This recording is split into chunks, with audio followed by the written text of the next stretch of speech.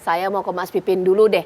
Sekiranya kira-kira nyaman tidak sih kalau dibilang boleh tidak pasti boleh lah presiden mau ngomong apa saja boleh. Tapi nyaman nggak sih kalau disidir-sidir terus, di warning terus masyarakat jangan salah memilih pemimpin. Nah, ini bagaimana? Ini Caca ini pakai baju merah jadi ngangetin terus Kang Pipin. Iya, panas. Jadi itu haknya presiden Iya. ya. Pak Presiden berbicara seperti itu ya memang itu yang harus disampaikan. Tapi nyaman nggak? Yang jadi masalah adalah ketika beliau menyampaikan itu semoga kita berharap bahwa di belakang misalnya tidak ada upaya pertama menggiring ke salah satu calon.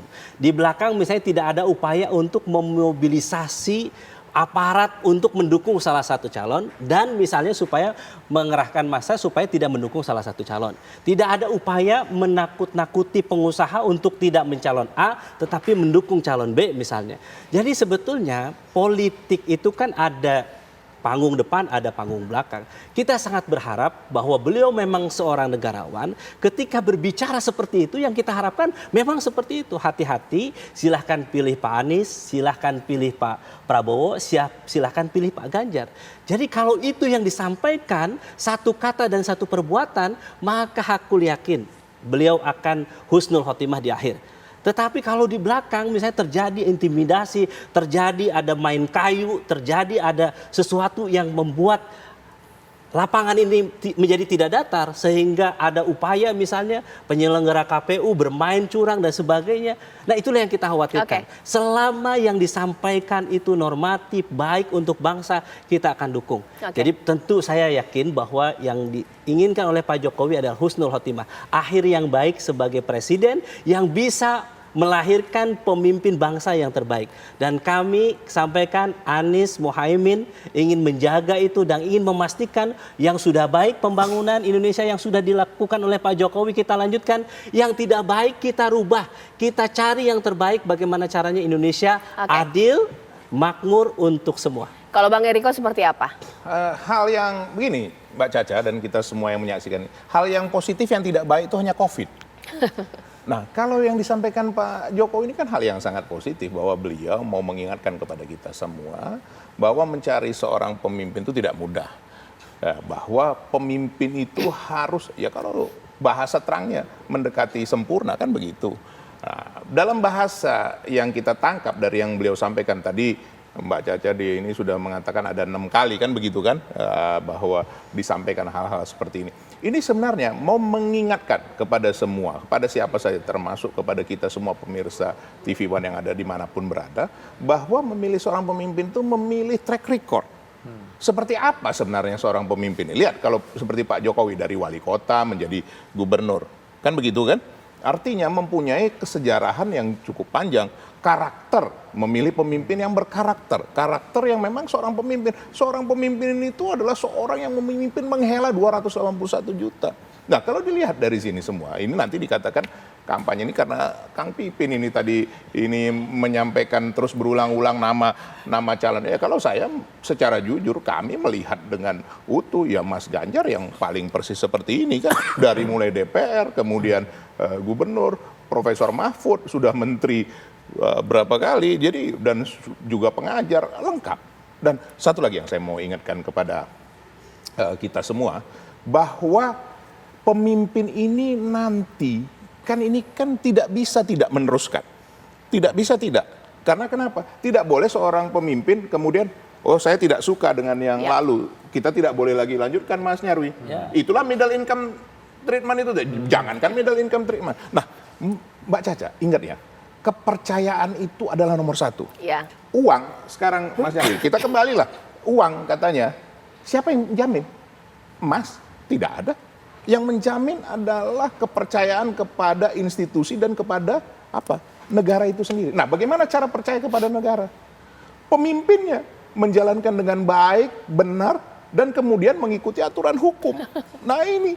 Nah siapa yang lengkap di antara semua ini? Ya ini karena Kang Pipin tadi kan. Jadi jelas ini Mas Ganjar dan Profesor Mahfud. Itu kalau melihat dari sisi positifnya. Kan seperti dia kan boleh kita berbeda-beda pendapat. Nanti pasti Bung Andre menyampaikan hal juga yang sama. Saya rasa kita berikan kepada rakyat sebagai panglima Mbak Caca untuk nanti menentukan siapa yang terbaik di antara ini. Kalau saya melihat jelas apa yang disampaikan Pak Jokowi, lihatlah pemimpin itu dari track record apa yang sudah dilakukan selama ini dalam kehidupannya, karakternya, kemudian juga latar belakangnya, semua harus dilihat. Seperti itu Mbak Caca. Oke, Bang Andre, jadi pernyataan tersebut malah ditangkis kembali oleh Bang Eriko, justru bagus pilih pemimpin yang bagus, apalagi jangan ada permasalahan hukum yang kontroversial. Mungkin seperti itu sederhananya. Dan juga nggak apa-apa kalau ngomong, asal jangan ada menggunakan pengaruh di balik layar. Bang Andre.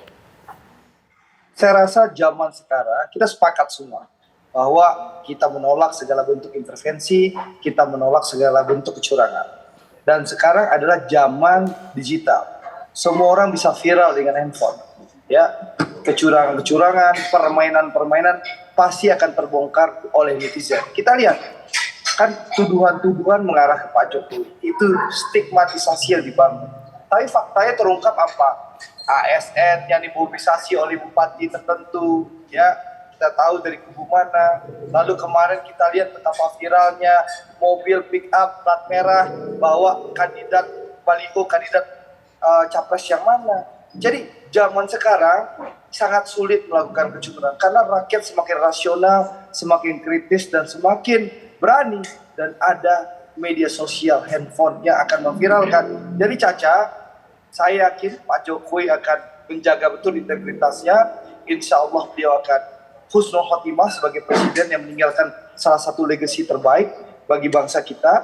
Dan yang jelas, sekali lagi, tentu pernyataan-pernyataan Pak Jokowi itu baik, sekali lagi, untuk pertama memastikan pemilu berjalan secara jurdil, yang kedua juga mengingatkan masyarakat.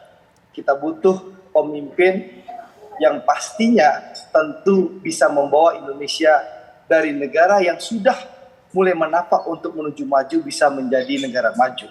Kita bisa keluar dari jebakan medium income trap. Jadi Caca, menurut saya pernyataan Pak Jokowi tidak ada salahnya, ya, tidak ada salahnya sekali lagi, sehingga menurut saya ya pernyataan ini bagus. Baik. Iya, mungkin sekarang saya ke Mas Nyarwi. Mas Nyarwi, oke kita sudah bahas. Sekarang mungkin kita lihat ini, seberapa berpengaruh sih pernyataan dari Presiden Jokowi untuk rakyat elektoral. Kita tahu approval rate dari Presiden Jokowi tinggi, tapi pernyataan ini kira-kira akan membuat masyarakat jadi memilih A, B, atau C atau bagaimana?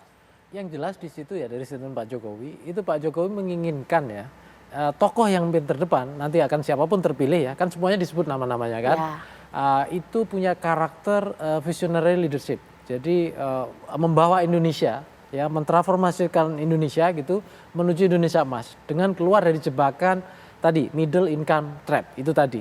Tapi Cak, sekali lagi ya, ini kan bahasa elit, ya kan? Ini kerjaan elit, kira-kira gitu. Siapapun yang berkuasa. Nah, untuk ke sana ini kan pemilu. Nah, harus mendapatkan dukungan. Tadi disampaikan Bung Riko juga, sampaikan Mas Pipin juga, itu kan dukungan dari publik, rakyat. Nah, di situ mau tidak mau ya, seorang pemimpin harus juga menunjukkan karakter koneksinya dengan rakyat, ikatan batinnya, ya bahkan basis populismenya, apapun itu. Artinya dikenal luas, mendapatkan dukungan. Kalau dia mendapatkan modal itu, nah saya kira nanti negara ini mau dibawa kemana, ya apalagi prospeknya lebih bagus, saya kira dukungan itu akan makin kuat juga. Dan terbukti sampai hari ini ya, approval rating ke Pak Jokowi kan masih tinggi. Karena publik masih melihat capaian-capaian secara fisik masih kelihatan. Terlepas ada banyak kelemahan, tadi sampaikan Bung Pipin ya, soal macam-macam itu. Nah, jadi kombinasi antara visionary, kombinasi antara kekuatan mentransformasikan, kombinasi antara basis dukungan populisme dari publik gitu ya, itu saya kira menjadi modal besar nantinya. Karena approval rating dari Presiden Jokowi masih tinggi, suka tidak suka, mau tidak mau, apakah setelah pernyataan Presiden Jokowi, masing-masing paslon mulai mendeklarasikan diri bahwa kita bukan pemimpin yang salah dan layak dipilih, mungkin visi ke depan harus ditonjolkan, jangan mungkin asal saling kritik satu sama lain. Sesaat lagi di Apa Kabar Indonesia Malam.